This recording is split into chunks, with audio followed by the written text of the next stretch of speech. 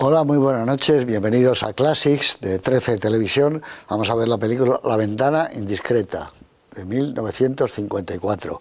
Hoy, pues, todo el mundo sabe que Alfred Hitchcock es uno de los grandes artistas del siglo XX, una persona que podríamos comparar, pues no sé, con Frank Lloyd Wright, o con un músico de jazz como Charlie Parker, uno de los grandes genios de verdad del siglo XX.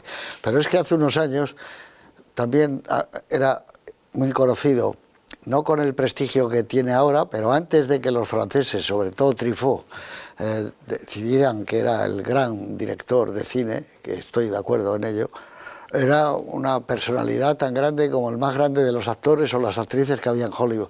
Hitchcock era Hitchcock.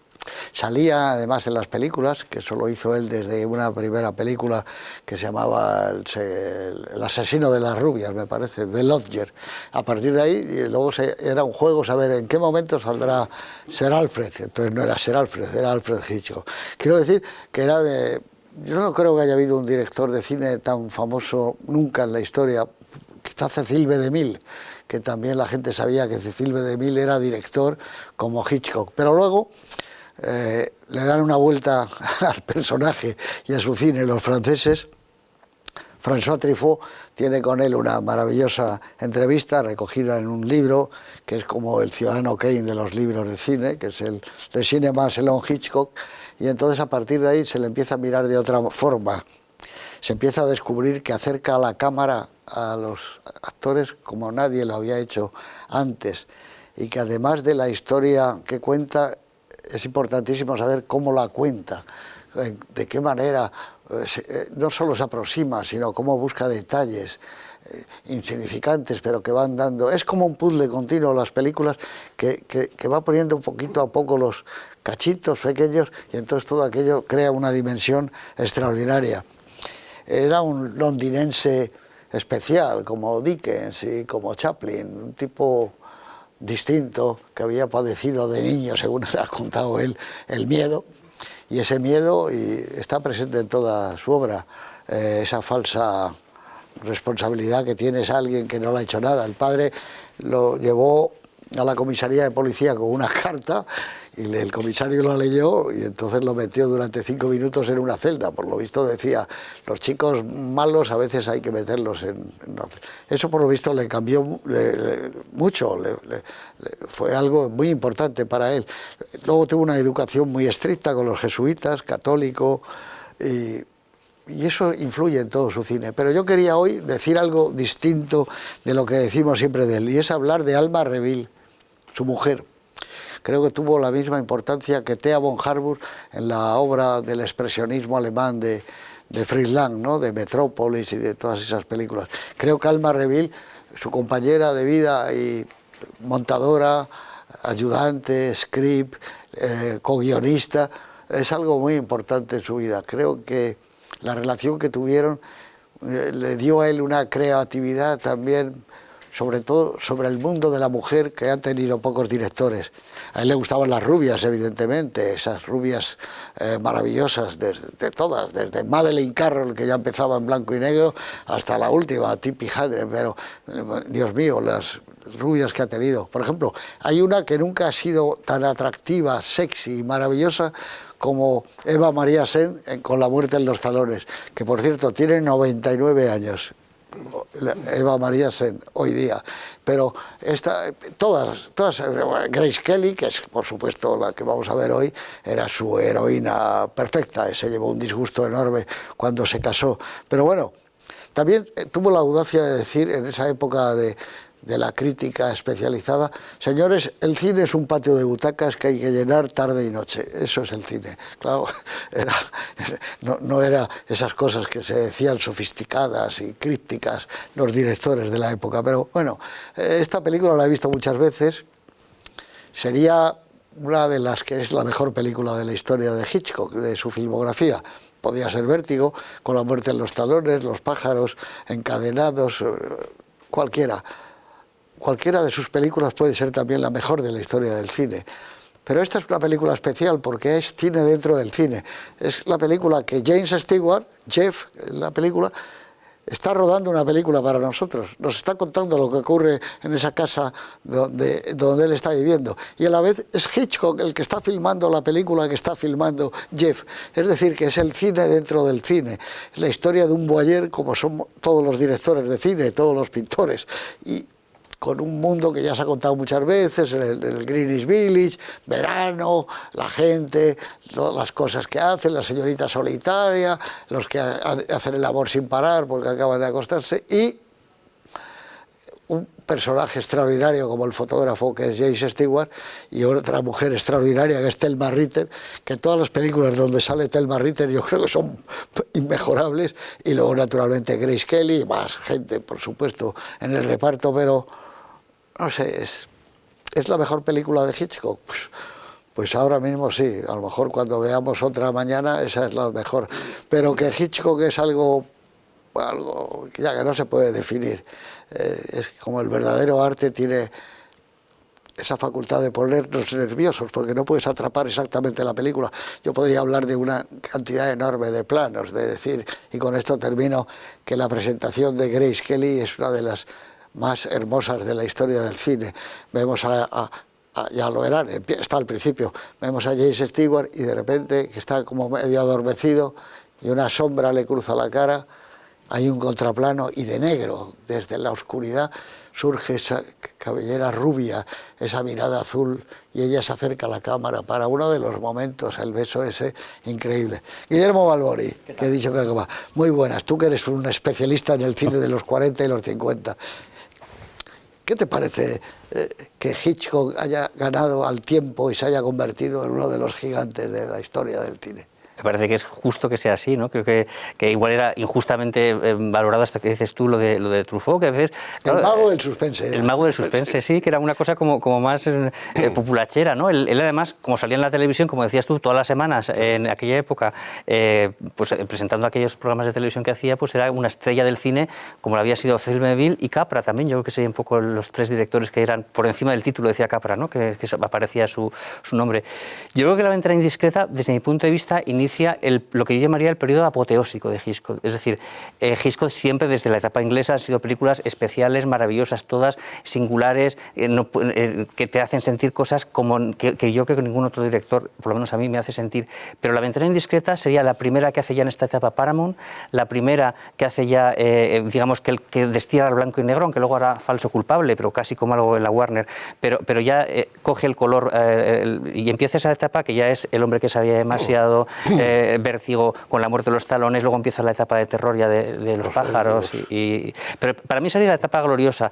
Y lo es en cierto modo porque yo, fíjate, creo que a veces no se habla igual demasiado del término glamour en el cine de Hitchcock. Creo que Hitchcock entendió perfectamente lo que era el Star System, como pocos directores en Hollywood, y entendió perfectamente el glamour que necesitaba ese Star System. Creo que esta película, no sé si es la más glamurosa, quizás sí, pero aquí es donde, desde mi punto de vista, descubre y se sumerge y bucea a gusto en el glamour. Ha encontrado a su rubia perfecta, que es Grace Kelly, siempre lo considero así, y ha encontrado a Edith Head, que esto es importantísimo. Es decir, las rubias de Hitchcock son más rubias de Hitchcock desde que encuentra a Edith Head. En el momento en el que Edith Head empieza a vestir a sus rubias, o sea, Joan Fontaine, ¿lo tienes ahí apuntado? Edith Head. Joan Fontaine, la mujer con más Oscars de la historia, Edith Head, y la segunda después de Disney. Disney sería el que más Oscars tiene, después estaría Edith Head. Yo creo que, como decía, que las rubias de Hitchcock son más rubias gracias a Edith Head. Ha encontrado a esta rubia que le gusta, Edith Head la adorna maravillosamente bien.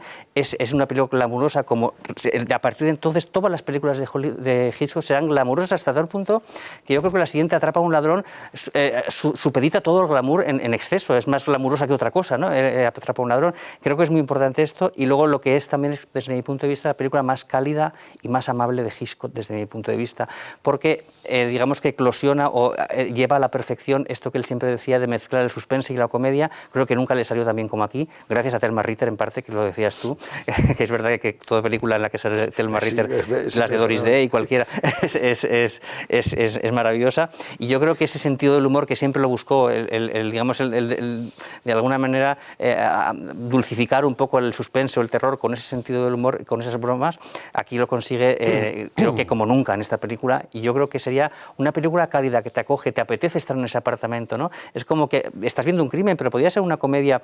Me recuerda un poco al argumento de Mi desconfiada esposa, es decir, la chica que es muy sofisticada, que se casa con el chico que es más o menos tosco e intentan compatibilizar esas. Es una comedia romántica, solo que hay un crimen por medio, y yo creo que te hace sentir muy a gusto y muy confortable. Enseguida además te mete en el ambiente de la película, y yo creo que es, desde mi punto de vista, una película confortable de Hitchcock. Está muy bien visto lo de confortable, porque es verdad. Eduardo Torres Dulce, muy buenas noches. Hola, José Luis, buenas noches. ¿Qué podrías decir de nuevo de Hitchcock a estas alturas del metraje? Yo creo que esta película, como todas las obras maestras, y esta es una indiscutible obra maestra, al menos para mí, es inextinguible. Continuamente, una visión tras otra visión, acabas descubriendo ángulos, puntos de vista, temas absolutamente distintos, ¿no? Yo te diría que es injusto que la pongas aquí en Classics, porque esta no es una película Classics. Hitchcock, prácticamente en esta época que acaba de decir esto, rompe el clasicismo. Si tú coges lo que era el clasicismo de Hollywood, planos generales, planos máster, planos contraplanos, estructura de la acción, no, lo destruye absolutamente. En esta, en Vértigo, luego ya en Psicosis, y por lo tanto, esta no es una película clásica, esta es la superación del clasicismo, esta es una película atemporal. Por eso la vieron también los de la Nouvelle Vague, los futuros de la Nouvelle Vague, vieron algo absolutamente distinto, ¿no? Por lo tanto, esa es mi primera reflexión. Lo segundo, esta es la película ideal para una escuela de cine, para alguien que quiera aprender al cine, porque es una magistral puesta en escena de una extraordinaria complejidad técnica. Es decir, tenemos el punto de vista de Jeff desde esto.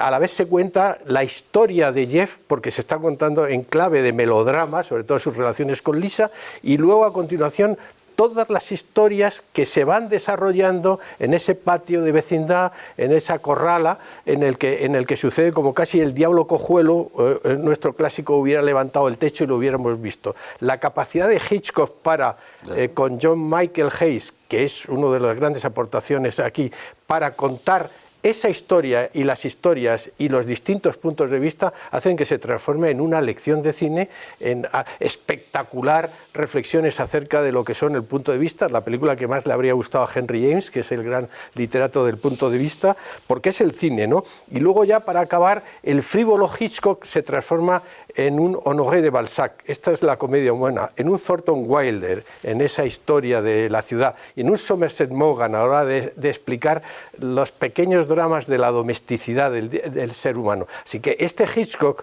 el creador de emociones, el mago del suspense, cuando uno rasca en sus películas, incluso en las más frívolas, diríamos, en las de mayor entretenimiento, le encuentras un artista complejo, oscuro. Su propia biografía parece que lo pone de manifiesto, ¿no? La película está llena de momentos extraordinarios y además tiene uno de los comienzos más fascinantes de la historia del cine con el de Searchers. Son las dos grandes introducciones misteriosas del cine. ¿Qué significan esos stores que van a ver los espectadores que se suben al comienzo? Que empieza la película, empieza el cine, empieza el teatro, porque esta es una película con una estructura teatral de aprovechamiento del decorado notable, empieza la narración, empieza la vida dentro del apartamento de Jeff y la vida en el mundo exterior. Esto es lo que hace la película riquísima, fascinante. Yo me temo que difiero de vosotros, no confortable, porque me parece, como en todas las películas de Hitchcock, muy inquietante. Uno mira su propia vida y la ve en la pantalla de las películas de Hitchcock.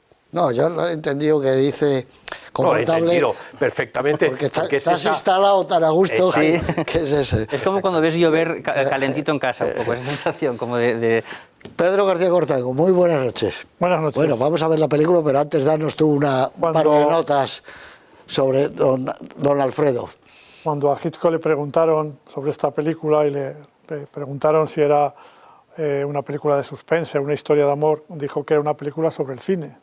Lo acaba de decir Eduardo. La película es una reflexión sobre el cine, porque lo importante en esta película es el elemento visual, las imágenes.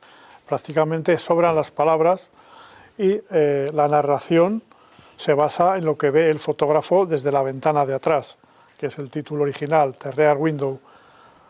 Si Johann Sebastian Bach compuso el clave bien temperado para los instrumentistas de teclado, pues Hitchcock realizó esta película, yo creo, como un manual del buen hacer cinematográfico. También lo ha sugerido Eduardo, esta es una película para directores de cine, porque es una película sobre cómo funcionan las reglas del cine.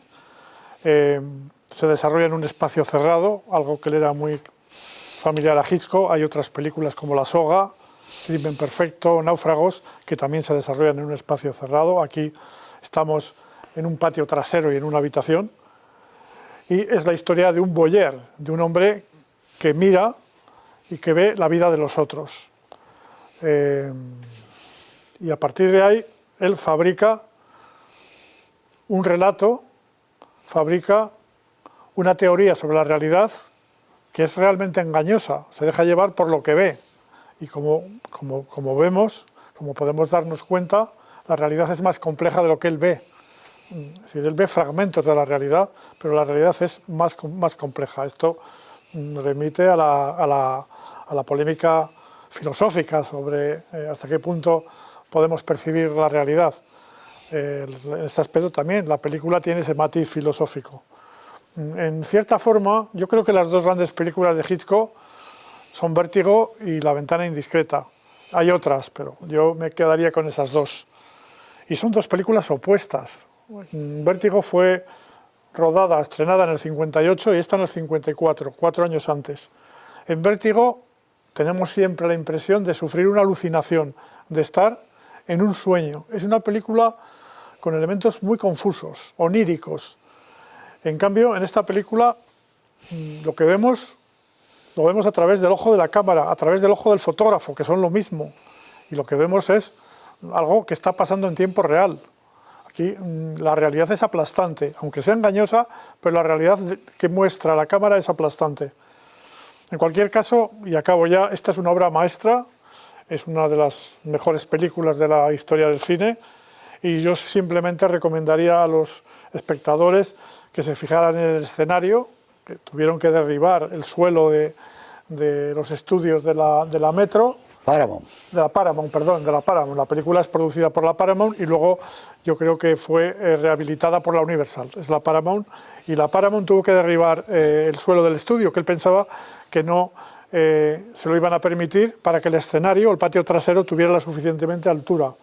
Y el trabajo de fotografía, que es extraordinario, y luego la iluminación, que es una iluminación cambiante. La iluminación cambia en función de las horas del día, del amanecer, a lo largo del día, el atardecer y la noche. Y además la profundidad de campo de la cámara, que es capaz de penetrar en las habitaciones, en el trasfondo que hay detrás de las ventanas. Es realmente una película muy complicada de hacer, con una gran complejidad técnica, que hubo que desarrollar técnicas especiales de fotografía. Estamos ante una película realmente asombrosa, que muestra en todo su esplendor el genio de Alfred Hitchcock. Muy bien, estamos todos de acuerdo en que esta es una película especial. Y además, ahora que has citado tú el decorado enorme que hubo que hacer en Paramount, 8 de las viviendas eran reales, amuebladas de verdad. Sí. Habría que hablar de que Hitchcock como uno de los tipos que mejor ha utilizado el decorado y las casas. Cuando yo decía lo de Frank Lloyd Wright, es que hay una película con La muerte de los talones, que la casa es un homenaje a la casa de la cascada de Frank Lloyd Wright. Pero también, hablando del glamour que dice mi amigo Guillermo, es el vestuario de las películas de Hitchcock, de esta y de todas. Es el tratamiento de los peinados que llevan las mujeres en estas películas de Hitchcock. Es decir, es todo. Hitchcock es un compendio del glamour absoluto de lo que produce el cine. Y hay que hablar también, hombre, de que está basado en un relato de William Irish, de Cornell Woolrich, y que es un relato breve, que a él le gustaba mucho, de esos que él hacía para televisión, pero que con la ayuda de John Michael Hayes, que era un guionista de radio, empezó a trabajar y a estirarlo y a buscar esa especie de comedia humana que decía Eduardo, y darnos un fresco de lo que era la sociedad también norteamericana de su tiempo. Las cosas, cómo eran los muebles, cómo eran las casas en el Greenwich Village, las ideas de las personas, la solitaria, todo. Y yo creo que es Sí, es una película, pero es algo más, porque es como cine, no dentro del cine, sino cine que vemos de una manera como no lo habíamos visto nunca, a través de una cámara, que es la cámara de un fotógrafo, y en ese primer plano que dice Eduardo, es maravilloso como Hitchcock te presenta al personaje sin una sola palabra, diciendo, es un fotógrafo, James Stewart, tiene un problema, que es que está entablillado, porque ha tenido una rotura de fémur, etcétera. ¿Y por qué? Dice, porque hay una foto que ves carreras de coches y dices, joder, porque era un fotógrafo y se le ha escapado uno de los automóviles una llanta o una rueda y le ha pegado a él y tiene que estar en casa de esa forma. Y dices, joder, no hace falta, me está contando absolutamente todo. Bueno, es una de las obras maestras del cine, sin ninguna duda, así que vamos a verla. La ventana indiscreta, o como diría mi amigo Pedro Cuartango, la mirada indiscreta. Sí. ¿Es verdad? Así ¿Qué es. dirías tú? 1954, Sir Alfred Hitchcock.